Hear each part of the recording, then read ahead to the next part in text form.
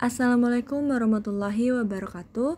Perkenalkan, nama saya Arisya Maulidia dengan NIM 217023162.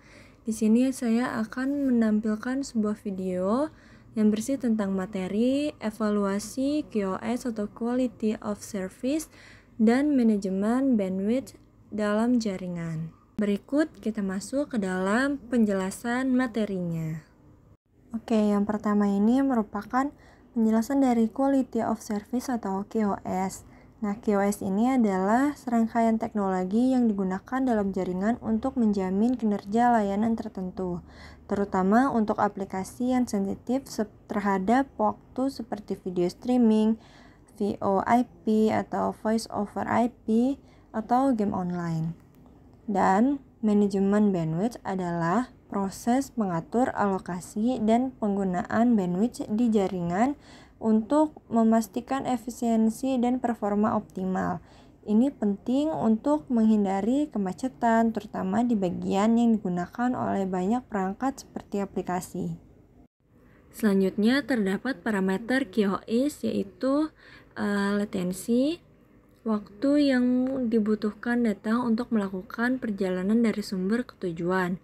Ada jitter, yaitu variasi dalam waktu kedatangan paket data selama transmisi. Ada paket loss, yaitu kehilangan paket data selama pengiriman akibat kemacetan atau gangguan jaringan.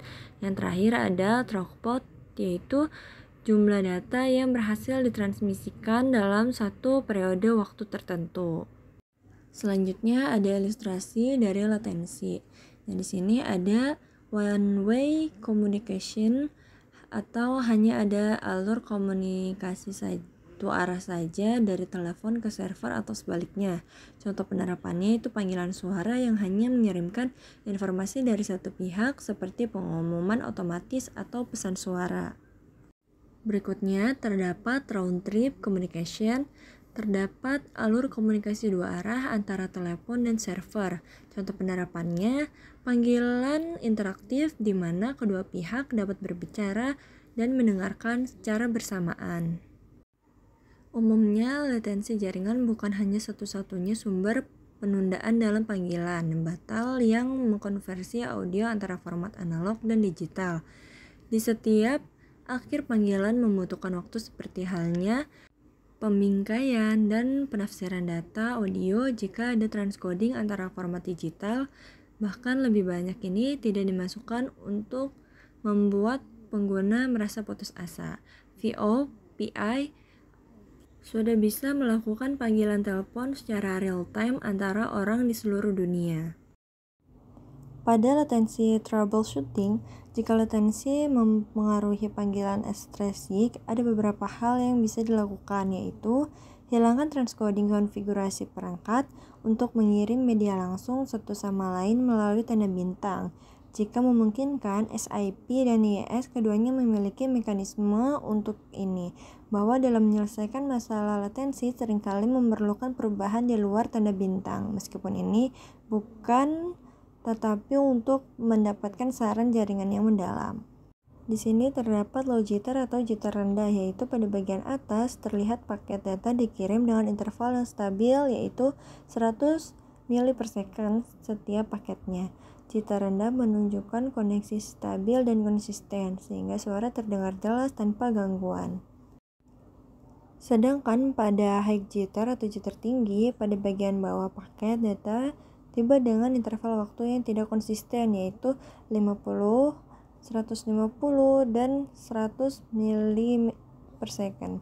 Jitter tinggi dapat menyebabkan gangguan pada komunikasi seperti suara terputus-putus atau tertunda. Selanjutnya, terdapat teknik umum dalam manajemen bandwidth, yaitu traffic shopping, yaitu mengontrol aliran data untuk mengurangi kemacetan jaringan. Selanjutnya ada prioritization, memberikan prioritas lebih tinggi pada aplikasi atau layanan tertentu yang lebih penting. Dan terakhir ada bandwidth allocation, yaitu mengalokasikan bandwidth secara spesifik untuk aplikasi atau perangkat tertentu berdasarkan kebutuhan. Selanjutnya ini adalah gambaran ilustrasi dari perusahaan VoIP dan video conferences, di mana QoS memastikan lalu lintas suara dan video memiliki prioritas tinggi menghindari gangguan oleh data lain. Nah, yang kedua ini ada ISP-nya dengan layanan premium.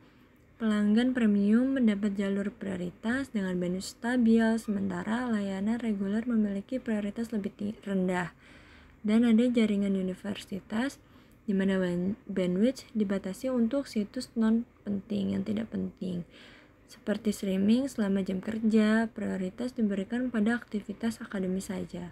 Dan pusat data, yaitu bandwidth dibagi sesuai prioritas server dengan server penting, mendapat alokasi lebih besar dibanding server lainnya. Ini merupakan visualisasi dari diagram jaringan pada contoh kasus ISP yang mengatur penggunaan bandwidth dengan implementasi traffic shaping, yaitu di mana masalah berupa overload jaringan terjadi saat jam sibuk karena tingginya penggunaan layanan streaming menyebabkan latensi tinggi dan penurunan kualitas layanan. Nah, di sini memiliki solusi, yaitu traffic shaping diterapkan untuk membatasi bandwidth layanan streaming selama jam sibuk. Lalu lintas premium atau penting diprioritaskan untuk memastikan kualitas layanan tetap terjaga. Nah, di sini merupakan diagram menampilkan alur jaringan sebelum dan sesudah traffic shaping. Performa jaringan diperbandingkan dengan grafik menunjukkan penurunan beban jaringan dan peningkatan efisiensi. Oke, kesimpulan dari penjelasan di video ini yaitu pentingnya QoS dan manajemen bandwidth. Dengan keduanya sangat penting untuk memastikan performa jaringan yang optimal, terutama untuk aplikasi yang sensitif terhadap waktu dan kehilangan paket.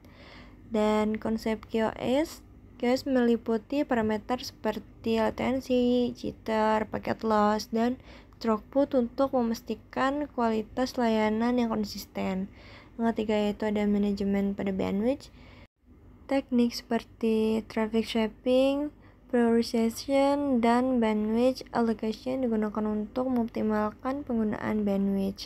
Oke, akhir kata saya ucapkan terima kasih, kurang lebihnya mohon maaf. Wassalamualaikum warahmatullahi wabarakatuh.